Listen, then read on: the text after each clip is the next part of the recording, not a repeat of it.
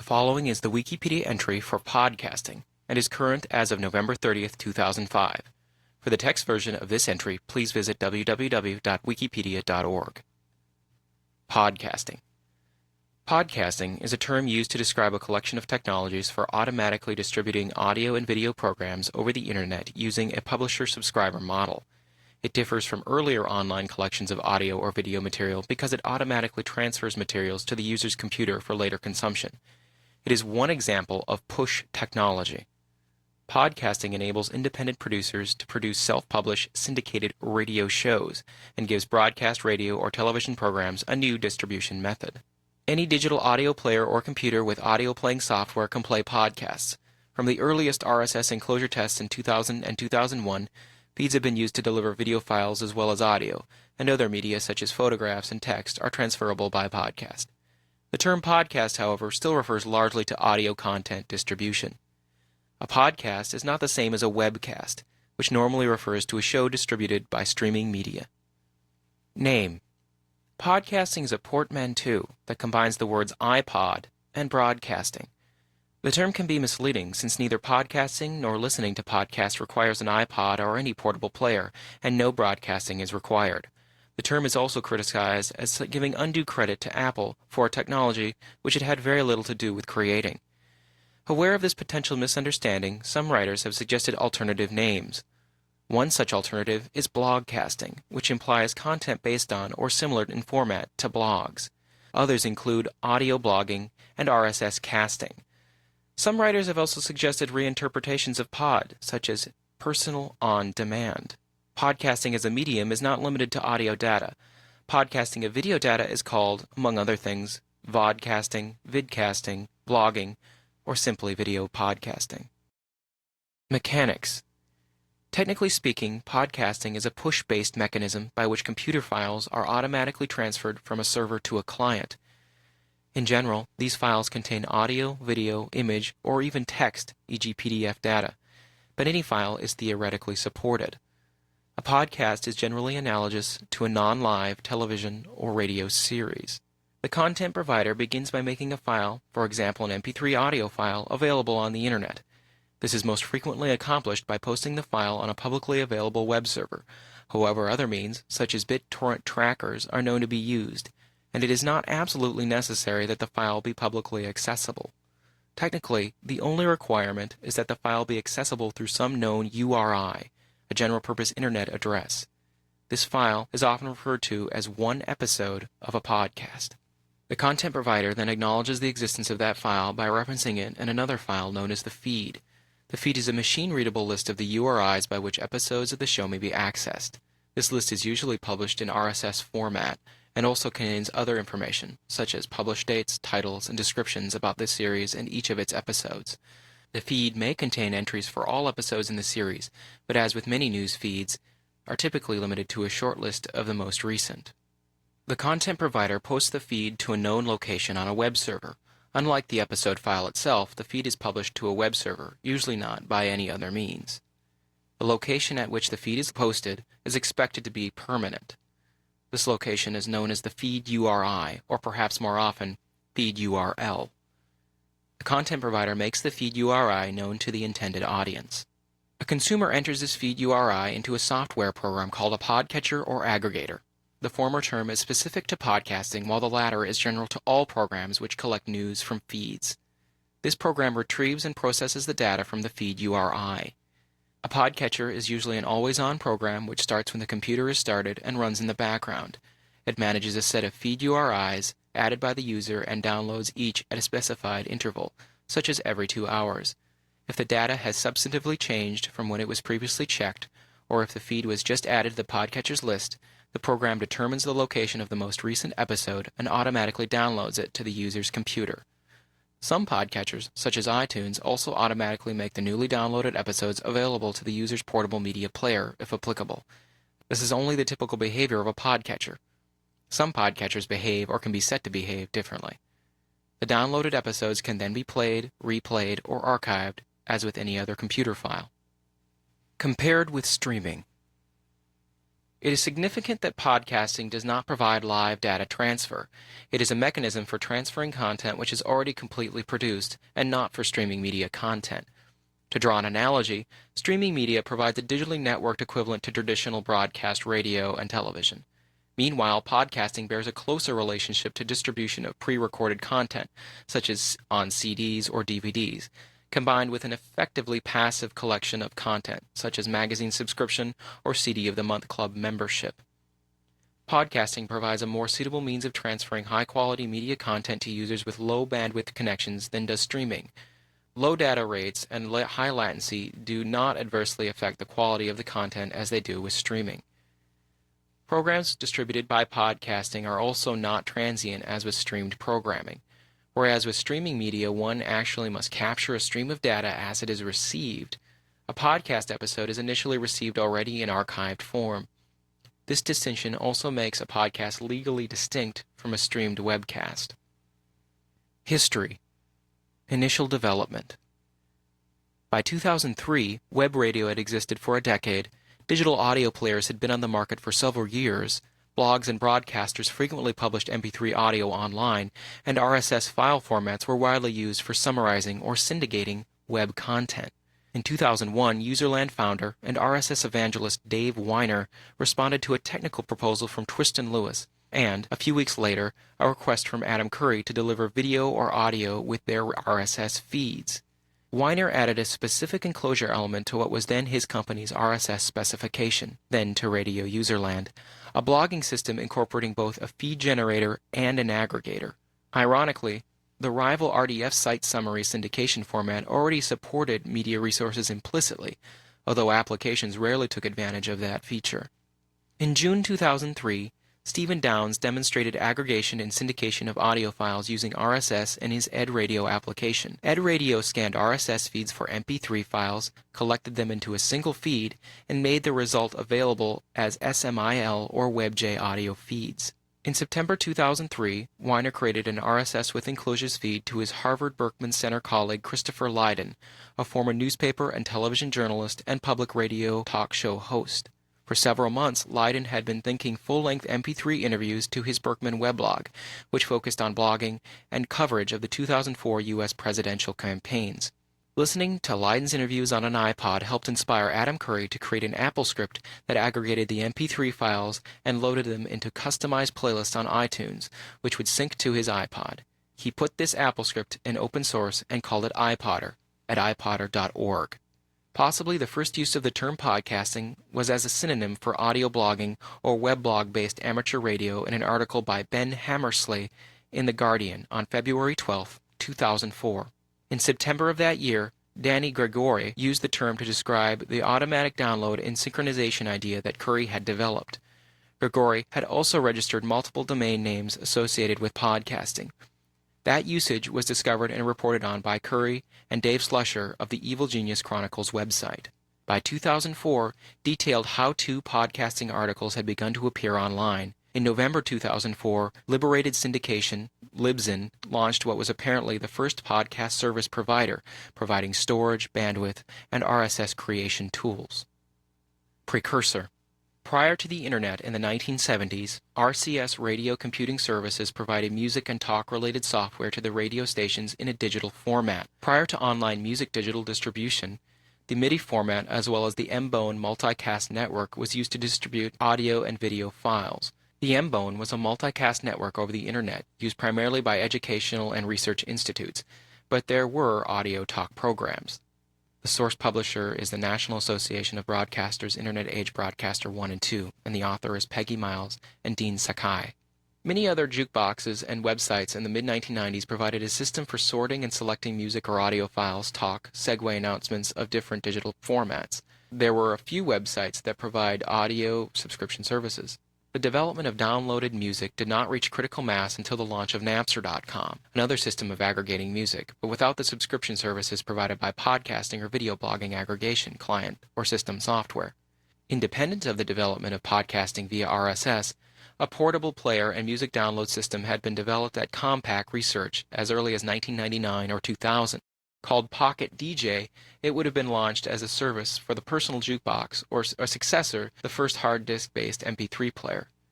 See appropriate section in the personal jukebox article. Popularization. The word about podcasting rapidly spread through the already popular weblogs of Curry, Weiner, and other early podcasters and podcast listeners. Fellow blogger and technology columnist Doc Searles began keeping track of how many hits Google found for the word podcasts on September 28, 2004, when the result was 24 hits. There were 526 hits for podcasts on September 30th, then 2,750 3 days later. The number doubled every few days, passing 100,000 by October 18th. As of November 24, 2005, Google reported 103 million hits for podcasts. Capturing the early distribution and variety of podcasts was more difficult than counting Google hits, but before the end of October, the New York Times reported podcasts across the United States and in Canada, Australia, and Sweden, mentioning podcast topics from technology to veganism and movie reviews. USA Today told its readers about these free amateur chat fests the following February, profiling several podcasters, giving instructions for sending and receiving podcasts, and including a top 10 list from one of the many podcast directories that had sprung up. The newspaper quoted one directory as listing 3,300 podcast programs in February 2005. Those top 10 programs gave further indication of podcast topics. 4 were about technology, including Curry's Daily Source Code, which also included music and personal chat. 3 were about music, 1 about movies, 1 about politics, and at the number 1 on the list, The Dawn and Drew Show, described as Married Couple Banner, a program format that USA Today noted was quite popular on American broadcast radio in the 1940s. Such couple casts have since become quite popular among independent podcasts, those not derived from a pre-existing radio show. In March of 2005, John Edwards became the first national-level U.S. politician to hold his own podcast. He may be the first major politician to have a podcast. Given the nature of podcasting, we may never know. Within a few episodes, the show had all the features of a major podcast: a website with subscription feeds and show notes, guest appearances, questions from the audience, reviews and discussion of other media, in this case books, musical interludes of pod-safe, non-infringing songs, light banner, sports and recreation talk, even limited sound seeing from On Location. By mid-2005, the medium had acquired a bittersweet form of validation, a backlash. Some experienced internet users declared podcasting to be either nothing special, just a variant of blogs and MP3s, or already past its peak because of growing exposure and or adoption by unsavvy internet users. In June 2005, Apple added podcasts to its iTunes 4.9 music software and iTunes Music Store, staking a claim to the medium. The iTunes software downloads and organizes podcasts and loads them on the iPod, taking the place of a separate aggregator application. In addition, iTunes 5 interfaces with the online music store, which compiles and distributes the content. As of October 2005, the music store is free of charge to both listener and creator. A little over a month later, U.S. President George W. Bush became a podcaster when someone added an RSS 2.0 feed to the previously downloadable files of the weekly radio addresses at the White House website. As is often the case with new technologies, pornography has become a part of the scene, producing what is sometimes called podnography. Other approaches include enlisting a class full of MPA students to research podcasting and compare possible business models and venture capital flowing to influential content providers. The growing popularity of podcasting introduced a demand for music available for use on the shows without significant cost or licensing difficulty. Out of this demand, a growing number of tracks by independent as well as signed acts are now being designated pod-safe. In September 2005, the first podcast encoded in full Dolby 5.1 surround sound was created by Revision 3 Studios with the 14th episode of Dig Nation. The Dolby encoding lasted for only a few minutes of the podcast. Adoption by traditional broadcasters. Traditional broadcasters were extremely quick to pick up on the podcasting format, especially those whose news or talk format spared them the complication of music licensing. The American syndicated radio show Web Talk Radio became the first to adopt the format in September 2004, followed within weeks by Seattle news radio station KOMO and by individual programs from KFI Los Angeles and Boston's WGBH. The BBC began a trial in October 2004 with BBC Radio 5 Live's Fighting Talk. These trials were extended in January 2005 to BBC Radio 4's In Our Time. Also in January 2005, CBC Radio began a trial with its weekly national science and technology show, Quirks and Quarks, which has offered listeners real audio, MP3, and OGG downloads since February 1996. The CBC trial also included CBC Radio 3's Canadian Music Podcast, as well as limited podcasting of CBLA's popular Metro Morning Toronto show. United States National Public Radio member stations WNYC and KCRW adopted the format for many of their productions. March saw Virgin Radio become the first UK radio station to produce a daily podcast of its popular breakfast show. In April 2005, the BBC announced that it is extending the trial to 20 more programs, including music radio. And in the same month, Australia's ABC launched a podcasting trial across several of its national stations. In May 2005, the trend began to go the other way, with podcasts becoming a source of content for broadcast radio programs by Adam Curry, Christopher Lydon, and others. The entire format of KYOU Radio, a San Francisco radio station, became based around broadcasting podcasts. That summer, when the Canadian Broadcasting Corporation locked out more than 5,000 of its regular on-air and technical staff, they responded by creating their own unofficial podcast of original programming, CBC Unplugged, which has also appeared on some campuses and community radio stations, including CIUT in Toronto and CFRU in Guelph, Ontario. Coping with growth. While podcasting's innovators took advantage of the sound file synchronization feature of Apple Computer's iPod and iTunes software and included pod in the name, the technology was always compatible with other players and programs.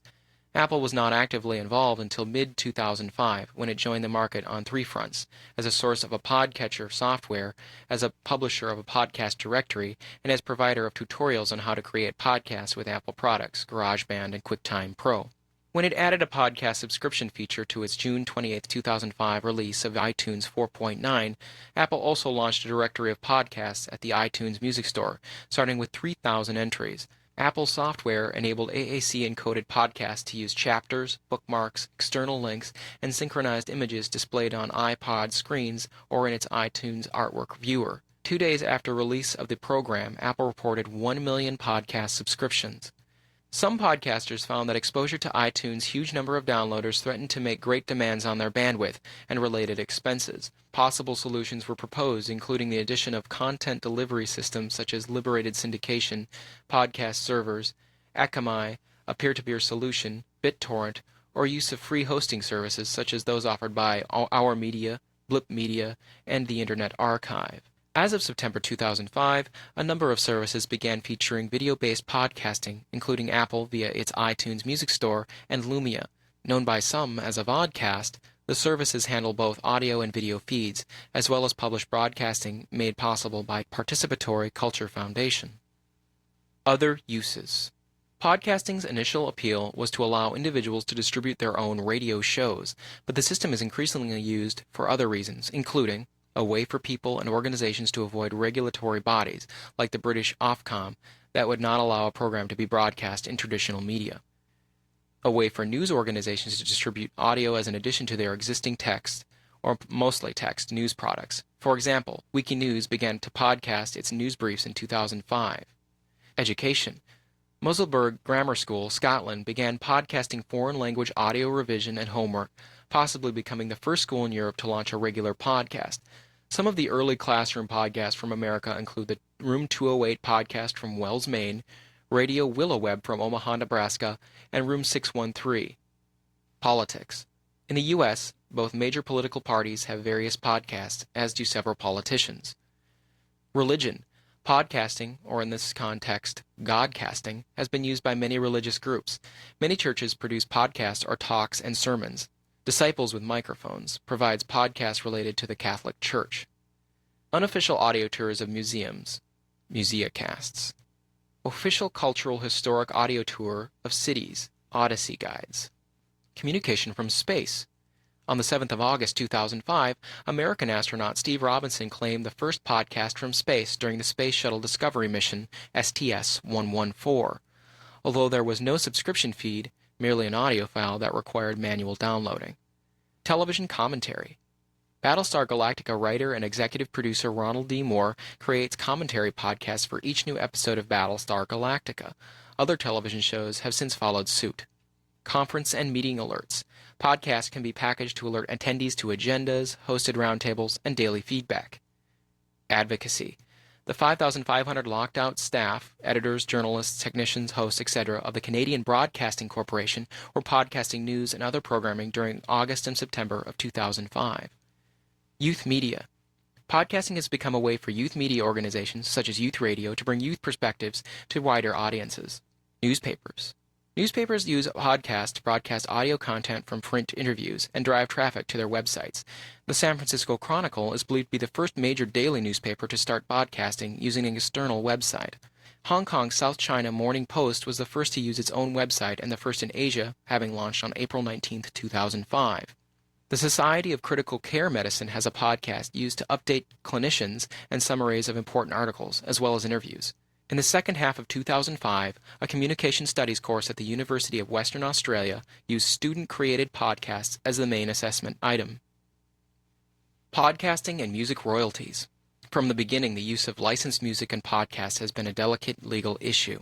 As was originally the case with streaming internet radio, this new and infinitely more archivable form of media content would need to comply with as yet unwritten rules. Terrestrial radio broadcasters' podcasts and MP3 file downloads without subscription fees have run into complications regarding royalties for incidental music used on talk broadcast, even when identification programs are streamed. The broadcasters apparently believe companies that license the music will challenge its use in easily downloaded MP3 files, while streaming is closer to a broadcasting model. For example, when popular U.S. conservative commentator Rush Limbaugh began offering podcasts early in 2005, his employer, Premier Radio Networks, tightened its editing of intro and bumper music, which it had previously allowed on other MP3 files. One effect was to render some of the Premier broadcaster Glenn Beck's podcasts difficult to follow. He would appear to stop mid-sentence and restart in different thought because of cuts required to remove royalty-protected music. Future licensing issues. The U.S. Congress is studying possible reforms to the Telecommunications Act of 1996, which may in the future affect broadband and Internet services. Original podcasts. Till early in November 2005, Adam Curry's daily source code regularly featured in various forms music licensed by RIAA and other such agencies without properly managing royalties. Sometimes their inclusion was defended as fair use, and sometimes it was just admittedly illegal. But there was very real justification for all of it, especially considering that use of the tracks in the show actually promoted sales. Many other podcasters followed Curry's lead with the same justifications. After hitting a dead end with industry representatives and other officials, Curry decided to make his show henceforth fully pod-safe, and all other hosts on Podshow, as well as many other podcasters worldwide, followed his lead once again. Podshow's music programs now focus almost entirely on entries in its own PodSafe Music network, or on other officially PodSafe music. Daily Source Code, which generally featured one song each episode from the PMN even before the change, now usually features two to compensate. Other podcasters are encouraged to use music from the PMN wherever their shows require music. This has been the Wikipedia entry for podcasting.